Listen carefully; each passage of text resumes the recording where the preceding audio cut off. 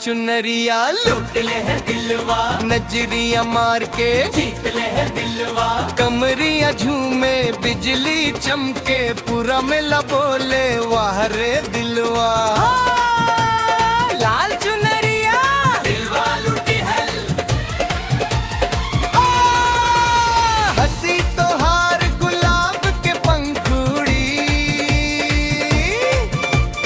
चाल चले जैसे रानी नगरिया। झुमका बोले छन छन छन, दिलवा फिर के धक धक धन। सज धज के जब बाहर निकले, सबके नजरिया तोहरे पे टिकले।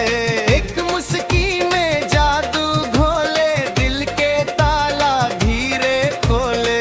आज के रात ना रुकब हम, डीजे पे साथे झूम हम। तोहरे संग रंग जमाई, पूरा शहर में धूम मचाई। लाल चुनरिया लूट लहल दिलवा, नजरिया मार के जीत लहल दिलवा। कमरिया झूमे बिजली चमके, पूरा मेला बोले वाह रे दिलवा।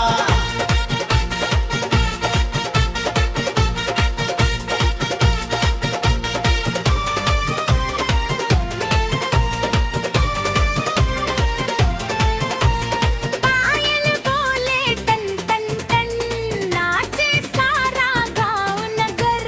ढोल बजे तो दिल मचल, स्टेज पे बढ़ गई असर। रंग बिरंगी रोशनी छाए, सबके कदम अप